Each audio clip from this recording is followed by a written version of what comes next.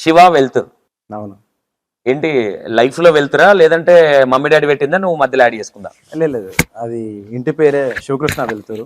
Sivakrishna వెళ్తురు. Sivakrishna వెళ్తురు. Okay Shiva, ఇక నేను వెళ్తురు అదంతే ఆల్రెడీ వెళ్తురు ఉంది కాబట్టి దాని గురించి వద్దు. శివకృష్ణ లైఫ్ లో చీకటి అనేది కనిపిస్తుంది మధ్యలో.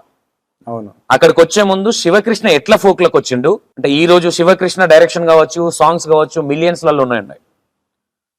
స్టార్టింగ్ నుంచి వస్తేనే జనాలకు అర్థమవుతుంది కాబట్టి స్టార్టింగ్ నుంచి వద్దాం. శివ ఎక్కడ మీది? మాది ప్రాపర్ వచ్చేసి పెద్దపల్లి దగ్గర విలేజ్ వెన్నంపల్లి అని. ఓకే. సో నేను విలేజ్ నుంచి వచ్చిన. ఓకే. బ్యాక్గ్రౌండ్ ఏంటి? Family background? కంప్లీట్ నాన్న ఫార్మర్. ఓకే. అంత పూర్ ఫ్యామిలీ. Middle class. ఎంతమంది? నేను చెల్లె. ఇద్దరే? ఇద్దరు. డాడీ. ఓకే. చెల్లె మ్యారేజ్ అయిపోయింది? చెల్లె మ్యారేజ్. ఓకే. ఎంతవరకు చదువుకున్నాను? నాది బీటెక్ అయింది. బీటెక్ అయింది. ఎప్పుడు ఈ ఫోక్ సాంగ్స్ డైరెక్షన్ కానీ ఇదంతా ఎప్పటి నుంచి ఇంట్రెస్ట్ నీకు? నాకు యాక్చువల్లీ నేను నా స్కూల్ డేస్ లో ఉన్నప్పటి నుంచే నాకు యాక్చువల్లీ మూవీస్ అంటే బాగా ఇంట్రెస్ట్ ఉండే. ఓకే. తర్వాత నా ఇంటర్లో ఉన్నప్పుడు ఒకటి షార్ట్ ఫిలిం చేసినాం. అప్పుడు ఒకటి చిన్న కెమెరా ఉంటే దాంతో షార్ట్ ఫిలిం చేసినాం. ఆ తర్వాత బీటెక్ లో ఉన్నప్పుడు ఒకటి నా ఫ్రెండ్స్ అందరితో కలిపి ఒక షార్ట్ ఫిలిం చేసిన. అప్పటి నుంచే బాగా ఇంట్రెస్ట్ ఉండే. ఓకే. ఆ బీటెక్ అయిపోయిన తర్వాత అనుకోకుండా అప్పుడు కొన్ని లవ్ ఫెయిల్ సాంగ్స్ అప్పుడు చాలా దాన్ని చూసి అప్పుడు యూట్యూబ్ లోకి వచ్చిన. అది ఒక ఫస్ట్ కవర్ సాంగ్స్ చేసుకొని ఆ సాంగ్ హిట్ అయిన తర్వాత దాన్ని చూసుకొని ఇక మన ఓన్ సాంగ్స్ చేసుకుంటూ చేయగలుగుతాం, మన దగ్గర అంత సత్తా ఉంది అనుకుని ఇలాగ వచ్చి. ఇది ఏ ఇయర్ లేదంతా జరిగింది శివ? ఇది నేను 2016 లో యూట్యూబ్ లోకి వచ్చిన. అమ్మో. 2016 లో వచ్చిన కానీ సాంగ్స్ మాత్రం 2019 నుంచి చేయడం స్టార్ట్ చేసిన. 19 నుంచి, ఎందుకంటే ఊపు అప్పటి నుంచే ఉంది. అప్పటి నుంచి ఆ లవ్ ఫెయిల్యూర్ సాంగ్స్ ఎప్పుడైతే ఒక సాంగ్ ని కవర్ సాంగ్ చేసినో అది హిట్ అయింది. ఆ తర్వాత ఇక వరుసగా చేసుకుంటూ రావడం స్టార్ట్ అయింది. ఓకే. ఈ సాంగ్స్ దగ్గరకు వచ్చే ముందు ఫ్యామిలీలో సిస్టర్ మ్యారేజ్ అయింది అన్నావు కదా? మ్యారేజ్ అయిపోయింది. మ్యారేజ్ అయిపోయింది. మీరు ఒక్కరే ఇంట్లో? అవును. ఇప్పుడు మీ వారసత్వంగా కావచ్చు లేదంటే ఇంకో విధంగా కావచ్చు, ఎలా ఉంటుంది మమ్మీ డాడీతో ర్యాప్? ఎలా ఉంటుంది? లేదు, నాకు వాళ్ళతో ఎట్లా అంటే వాళ్ళు నన్ను చిన్నప్పటి నుంచి వాళ్ళు ఎన్ని కష్టాలు ఉన్నా కూడా నాకు అసలు కష్టం తెలియకుండా పెంచారు. రీసెంట్గా నాన్న ఒక 1.5 year బ్యాక్ నాన్న చనిపోయిండు. ఓకే. ఓకే. ఓకే. ఏమైంది నాన్నకి? నాన్నకు కొంచెం లివర్ డ్యామేజ్ అయింది. ఈ హాస్పిటల్లో ట్రీట్మెంట్ తీసుకుంటూ హాస్పిటల్లో చనిపోయింది. ఓకే. ఓకే. మమ్మీ ఉన్నారు? అమ్మ ఉన్నది. ఇప్పుడు అమ్మ ఇంటికానే ఉంటుంది. ఓకే. మమ్మీకి కూడా హెల్త్ బాగాలేదని విన్నా. అంటే ఏం లేదు, ఇప్పుడు నాకు నాన్న అది అయిపోయినప్పటి నుంచి మనకున్న పొలం పత్తి ఏదైతే ఉందో ఆడికి వెళ్తుంది, చూసుకుంటుంది. నార్మల్గా ఇంట్లోనే ఉంటుంది ప్రజెంట్. ఇప్పుడు నాకు మన రీసెంట్గా అల్లుడు పుట్టిండు. సూపర్. అల్లుని చూసుకుంటూ ఇప్పుడు మళ్ళీ నాకు ఒక 2 months బ్యాక్ కొడుకు పుట్టిండు. నీకు? ఓకే. సో జాతిరత్నాలు. ఈ పిల్లల్ని చూసుకుంటూ ఇక ఇంట్లోనే ఉంటుంది. ఓకే. ఓకే. ఓకే. శివ, ఇప్పుడు ఈ బీటెక్ చదువుకున్నావు, అక్కడ నుంచి ఫోకు ఫస్ట్ సాంగ్ ఏది నువ్వు? నేను చేసింది అంటే నా ఓన్ సాంగ్. మేబీ డైరెక్టర్ గా ఒక కవర్ సాంగ్ కాకుండా ఇండిపెండెంట్ గా? నాది ఊపిరి పోసావా అని ఉంటది. ఓకే. అది ఊపిరి పోసావా అని ఉంటది. అది నాగరాజ్ పేరుక లిరిక్స్ రాసిండు. ఓకే. తనే ఒక రోజు అది నేను చేయించుకోలేదు, తనే నాకు ఫోన్ చేసి అన్న ఇట్లా ఒక సాంగ్ ఉంది చేస్తావా అని అంటే ఓకే చేస్తా అని చెప్పిన. ఆ రకంగా తన దగ్గర నుంచి ఆ సాంగ్ తీసుకొని ఆ సాంగ్ చేయడం జరిగింది. అంటే నువ్వే ప్రొడ్యూసరా లేదంటే ఓన్లీ డైరెక్టర్? ప్రొడ్యూసర్. ఎప్పుడు నాకు ఎవరు ప్రొడ్యూసర్ లేరు. ఓకే. నేనే ప్రొడ్యూసర్. ఛానల్ పెట్టుకున్నావు అప్పటికే? అప్పుడే ఛానల్ పెట్టేసుకున్నా. ఏం పేరు నీ ఛానల్ పేరు? అప్పుడు అంటే ఇప్పుడు అది నాది కాదు. అప్పుడు. ఓకే. దాని గురించి వద్దుగా, లేని దాని గురించి వద్దు. ఓకే. ఇప్పుడు ఛానల్ విలేజ్ స్ట్రైకర్స్ అని పెట్టుకున్నా. ఓకే. ఓకే. నీకు ఆ సాంగ్ బ్రేక్ పడ్డదా? నీకు ఫస్ట్ బ్రేక్ ఇచ్చిన సాంగ్ ఏది? నేను కవర్ సాంగ్స్ చేసినప్పుడే నాకు మంచి హిట్స్ పడ్డాయి. నేను కవర్ సాంగ్ చేసినప్పుడే అవి మిలియన్స్ లో పోయి. ఏ సాంగ్ చేసినావు కవర్ సాంగ్? అది పేరు చెప్పడం ఇష్టం లేదు. వాళ్ళతో గొడవ అయింది. అది 50 million పోయింది నాకు కవర్ సాంగ్. 50 million పోయింది వాళ్ళతో. అప్పుడు గొడవ అయింది. ఓకే. ఓకే. ఇక అది లైట్ అది. ఓకే.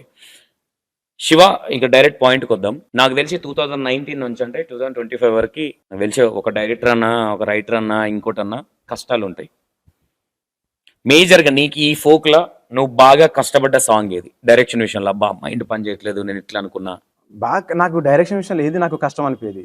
డైరెక్షన్ విషయంలో నేను ఎంత అయినా అది ఎంత కష్టపడ్డా అది నాకు ఇష్టం కొద్ది చేసుకుంటా ఉంటా. నేను ఎంతో అట్లా ఇష్టం కొద్ది చేసుకున్న సాంగ్ సిన్ని మామ అని ఒక సాంగ్ ఉంటుంది. అది నేను ఎంతో ఇష్టంతో చేసుకున్నాను, నా ఫేవరెట్ సాంగ్. ఓకే. నీకు డైరెక్షన్ లో నాలకి ఎవరు తీయలేరు అని ప్రౌడ్ గా ఫీల్ అయిన సాంగ్? లేదు, నేను ఎప్పుడు అట్లా అనుకోను. డైరెక్షన్ పరంగా ఏం లేదు. నాకు ఎప్పుడు కూడా ఎదుటి వాళ్ళ వీడియోలు చూసినా ఇవి చూసినా కూడా వాళ్ళు నన్ను తీస్తే దీనికి బెటర్ ఇంకేమైనా తీయానా, ఇంకేమైనా తీయలేనా, నేను ఎందుకు తీయలేను అనే విధంగా తీసుకుంటా వెళ్తా తప్ప నాకు అదేం లేదు. ఓకే, ఫస్ట్ డైరెక్షన్ కి పేమెంట్ తీసుకుంది ఎంత శివ? నేను డైరెక్షన్ బయట చేసింది అను మ్యూజిక్ అని ఒక ఛానల్ ఉంటుంది, పుల్లా పవన్. డైరెక్షన్ యాక్టింగ్ కలిపి ఫస్ట్ నేను బయటికి రానికి అంటే బయట చేయడానికి రీజన్ కూడా తనే వచ్చి అడిగిండు. నాకు దానికి 45,000 ఇచ్చి మొత్తం song direction 2 days direction acting. Okay okay, first song first remuneration నువ్వు తీసుకుని 25,000 45,000. ఓకే, ఏమనిపించింది ఆ పేమెంట్ వచ్చినప్పుడు? నీ ఫీలింగ్ ఏంటి? లేదు, ఓన్లీ డైరెక్షన్ యాక్టింగ్ చేస్తే మరి ఇంత పేమెంట్ ఉంటుందా అని అనుకున్నా. యాక్చువల్లీ నిజానికి తను ఫోన్ చేసిండు, పేమెంట్ అడిగిండు. పేమెంట్ అడిగితే నేను అప్పటివరకు చేయలేదు, అదే ఫస్ట్. ఇక తను అడిగేసరికి నేను మీరు ఎంత ఇద్దాం అనుకుంటున్నారు అంటే తను ఆ విధంగా తను మాట్లాడాడు. తను ఒక అమౌంట్ చెప్పిండు, తను 40 అన్నప్పుడు నేను 45 మరి ఇస్తారా అని అంటే తను ఓకే చేద్దాం పట్టను 5,000 దగ్గర ఏముంది అన్నట్టుగా ఆ విధంగా చేయడం జరిగింది. ఓకే, నీకు మేజర్ గా శివ దగ్గర ఎన్ని సాంగ్స్ చేసినావు ఇప్పటివరకు? ఇప్పటికి ఒక డైరెక్షన్ యాక్టింగ్ కలిపి 60 సాంగ్స్ వరకు చేశాను. 60 సాంగులు చేసినావు. ఈ 60 సాంగుల జర్నీ అనేది అంత మాట్లాడుకున్నంత ఈజీ ప్రాసెస్ అయితే ఏం కాదు. శివ ఒకనొక టైంలో మొత్తం పీక్స్ లో ఉన్నాడు, కళ్ళు నెత్తికెక్కినాయి, ఫేమ్ కట్లు వచ్చిండు, డైరెక్షన్ విధంలో కూడా కావచ్చు, ఇంకోటి కావచ్చు. శివన్ మించినోడు లేడన్న అంత స్థాయికి వెళ్ళినావు. దాని తర్వాత శివ ప్యాకేజీలు తీసుకోవడం ఎందుకు స్టార్ట్ చేయాల్సి వచ్చింది? అంటే బల్క్డ్గా తీసుకొని డైరెక్షన్ నాదే, యాక్టర్ నాదే, కెమెరాలు నాదే. అది నేను తీసుకోవడం స్టార్ట్ చేయలేదు, వాళ్ళే ఇవ్వడం స్టార్ట్ చేసిరు ఫస్ట్. యాక్చువల్లీ నాకు కొంతమంది ప్రొడ్యూసర్లు వచ్చి అంటే మేము ఇంత అమౌంట్ ఇస్తాం, ఇంత అమౌంట్లా చేసి ఇవ్వగలవా అని అట్లా ఒక సాంగ్ ఇవ్వడం, ఆ సాంగ్ నేను చేసి ఇవ్వడం. ఆ సాంగ్ చేసి ఇచ్చినప్పుడు అది నచ్చి అదే విధంగా చాలా మంది ప్రొడ్యూసర్ అట్లా కాంటాక్ట్ కావడం, అదే విధంగా ఇవ్వడం జరిగింది. వాళ్ళు చేసింది అది. ఎందుకంటే ఇప్పుడు ఎట్లా ఉందంటే ఒక సాంగ్ చేయాలి అని అంటే ఇప్పుడు లిరిక్ రైటర్ దగ్గరికి వెళ్ళి లిరిక్స్ రాపించడం, మ్యూజిక్ డైరెక్టర్ దగ్గరికి వెళ్ళి మ్యూజిక్ చేయించడం, సింగర్ను పిలిపించుకొని సింగర్ని పాడిపించుకోవడం. ఫస్ట్ ఒక సాంగ్ ఒక ఆడియో బయటికి రానికి ఇప్పుడు ప్రజెంట్ ఉన్న దాంట్లో ఒక 2 months పడుతుంది. కొంతమంది అయితే ఇచ్చి కూడా 6 months 1 year వెయిట్ చేస్తున్న రోజులు కూడా ఉన్నాయి ప్రజెంట్. అటువంటి దాంట్లో వాళ్ళు ఏంటంటే ఇప్పుడు నాకు ఇస్తే ఆల్మోస్ట్ వాళ్ళకి 3 months లో ఆడియో ఉన్న వీడియో 2 కలిపి వాళ్ళకి 3 months లో బయటకు వచ్చేస్తున్నాయి. కొంతమంది 1 month లో చేసిన ప్రాజెక్టులు కూడా ఉన్నాయి. సో ఆ విధంగా ఇతనికి ఇస్తే కొంత తొందర మనకు బయటకు వస్తుంది అన్న రిస్క్ ఎందుకు ఇవన్నీ మేము ఏం తిరగాలి, ఇతనికి మేము ప్రాజెక్ట్ లెక్క ఇచ్చుకుంటే మొత్తం అంతా ఇతనే చేసి పెడతాడు కదా అన్న ఉద్దేశంతో వాళ్ళు ఇవ్వడం జరిగింది. ఓకే, ఇట్లా బల్క్డ్ పేమెంట్ తీసుకొని చేసిన పాటలు ఎన్ని ఉన్నాయి ఇండిపెండెంట్ కాకుండా? బల్క్డ్ తీసుకొని చేసిన ఆల్మోస్ట్ ఒక 10 వరకు ఉంటాయి అనుకుంటా. 10 వరకు. ఓకే, ఇంత సక్సెస్ఫుల్ గా నాకు తెలిసి 2023-22 ఈ టైంలో పీక్స్ లో ఉన్నట్టున్నావు. అవును, ఎవరు అందుకుందాం అంటే కూడా దొరకని ప్లేస్లలో ఉన్నట్టున్నావు. సడన్ గా శివ వెళ్తురు జనాలలో ఒక దొంగగా నిలబడడం జరిగింది. నేను డైరెక్ట్ పాయింట్కి వస్తున్నా, నీకు అర్థం కావచ్చు ఏం అడుగుతున్నాను. ఇంత మంచిగా పేరుండి ప్రతి ఒక్కరు డేట్లు అరే శివ వెళ్తురుతోనే పాట చేయాలి, శివ వెళ్తురు అయితేనే బాగుంటది అనుకునే టైంలో అక్కడి నుంచి ఈరోజు దొంగగా ఎందుకు నిలబడ్డాడు అంటే ఏం చెప్తాడు శివ? అది నాకు ఈ పేరు రావడం, కొంతమందికి నేను సరిగ్గా టైం ఇవ్వకపోవడం వల్ల, అందులో ఒక 2 వ్యక్తులు టార్గెట్ చేసి చేయడం వల్ల ప్రజెంట్ నేను ఇప్పుడు ఈ పొజిషన్లో ఉన్నా. నేను ఇప్పుడు ఈ రోజు ఇంటర్వ్యూలో ఇక్కడ కూర్చున్నా అంటే దానికి కారణం కూడా వెనకాల ఒక 2 వ్యక్తులు నడిపిస్తున్నారు. అంటే నేను ముందుకు తీసుకెళ్తున్నారా వెనక పగ్గాలు పట్టుకుంటున్నారు? వెనకకు లాగుతున్నారు నన్ను. ఆల్మోస్ట్ నేను ఇప్పుడు నాకు వచ్చే 2 years నుంచి 2023 నుంచి స్టార్ట్ అయింది నాకు యాక్చువల్లీ వాళ్ళతో గొడవ.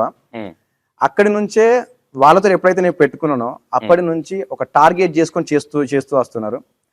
నాకు వాళ్ళతోటి నేను ఎప్పుడైతే నాతో ఒక వచ్చి సాంగ్ హిట్ అవుతుందో కంప్లీట్ గా దాని మీద ఇంకా వెనకాల ఇంకా నాకు నా నెగిటివిటీ నాకు ఇంకా స్ప్రెడ్ చేసుకుంటా కంప్లీట్ గా నన్ను చాలా నెగిటివ్ చేసుకుంటూ వస్తున్నారు. అంత అవసరం ఏముంది వాళ్ళకి? వాళ్ళతోటి ఒక ప్రాజెక్ట్ విషయంలో వాళ్ళకు నాకు ఒక గొడవ వచ్చింది. పేర్లు లేదు ఎవరి గురించి. ఇప్పుడు నన్ను కంప్లీట్ ఇప్పుడు నన్ను బయట దొంగలా చూస్తున్నారు కాబట్టి ఏం జరిగిందో ఇప్పుడు నేను జనాలకు చెప్పుకోవాల్సి వస్తుంది. ఇప్పుడు సో వాళ్ళకు కూడా తెలియాలి, జనాలకు తెలియడం కోసం ఇప్పుడు ఈ కెమెరా ముందుకు వచ్చింది.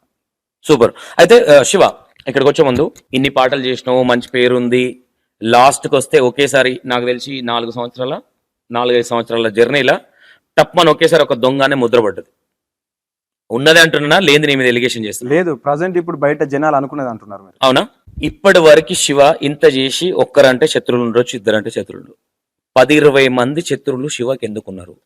నేనేమంటున్నా శివ, నాకు డొంక తిరగడొద్దు, ఏదున్నా ఓపెన్ గా మాట్లాడు. ఒకటి ఫస్ట్ ఈ ఇంటర్వ్యూలో ఎక్కడ ఏ పదాన్ని కావచ్చు, ఎవరి విషయంలో కావచ్చు, నేను వాళ్ళ మీద దోషేసి ఇంటర్వ్యూలో నేను ప్లస్ అవుతానే ఇంటెన్షన్తో మాత్రం నాకు ఇంటర్వ్యూ ఇవ్వకు. Done. ఓకేనా? Okay. నాకు ప్రామిస్ చేసి ఇంటర్వ్యూ స్టార్ట్ చేద్దాం. కాంట్రవర్షియల్ సంబంధించి ఇది ఓపెన్ గా నాకు ప్రతి ఒక్కటి నిజం చెప్పు. Done. Okay. నీకేమి ఇష్టం? నీకెవరు అంటే బాగా ఇష్టం? దేవుడా, నీకెవరైనా పర్సనా? దేవుడే. ఏ దేవుడు ఇష్టం ఎక్కువ? చెప్పాల్సి వస్తుంది కొన్ని. శివ మీకు ఆధారాలతో మీకు ప్రూవ్ చేస్తే అయిపోతుంది. నాకు ప్రతిదానికి దేవుళ్ళ అంటే ఎందుకు శివ ఎందుకు భయపడుతున్నాడు? ఎందుకంటే ఇప్పుడు ఉన్న నా సిచ్యువేషన్ ఎట్లా ఉంది అంటే దీనివల్ల ఇంకేమన్నా ఏమని లేదు. ఏంటంటే వీటి మీద వేస్తే కూడా ఇంకా ఇట్లా అవుతుంది అని నేను రీసెంట్గా జస్ట్ మొన్న మీతో మాట్లాడినప్పుడే నన్ను ఇంట్లో అదయ్యారు. ఏంటంటే అట్లా వేయొద్దంట. కానీ మీరు ఏదైతే ఇప్పుడు మీరు మాట్లాడతారో మీకు ఆధారాలతోటి సహా నేను ప్రూవ్ చేస్తాను. శివ నేను ఒక విషయం చెప్తున్నా, రేపు పొద్దున నిజంగానే శివ ఫ్రాడ్ అయితే ఫేక్ క్యాండిడేట్ ఫ్రాడ్ అని సంతోష్ కూడా ఇస్తాడు. నేను ఓపెన్ గా చెప్తున్నా, దానికి రెడీ. ఇప్పటి వరకు నేను నీకు ముందే చెప్తున్నా, ఎవరైతే నీ వల్ల ఉన్న బాధితులు నేను ఆల్రెడీ ఇంటర్వ్యూ తీసుకున్నా, నీకు తెలుసు. ప్రతి ఒక్కటి ఎవరైతే బాధితున్నాడో అక్కడి నుంచి కూడా తీసుకోవాలి కాబట్టి ఇన్ని రోజులు నేను ఆపిన.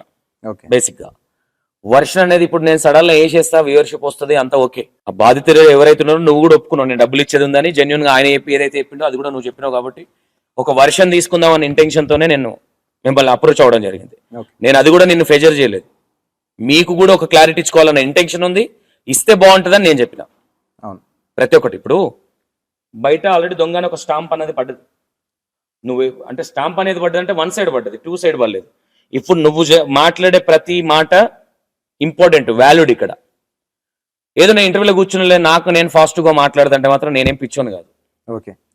తర్వాత 9 మెంబర్ ఆర్లు దింపుకోవాల్సి వస్తుంది. నువ్వు నాకు దింపొచ్చు, నేను నీకు దింపొచ్చు. అది లేకుండా నీట్ గా నిజాయితీగా మాట్లాడు. ఓకే, ఎవరి నమ్మకం వాళ్ళది, నేను ఫెజర్ చేయను. శివ వెల్తుర్ ఫస్ట్ ఎవరి దగ్గర ప్యాకేజ్ తీసుకున్నాడు?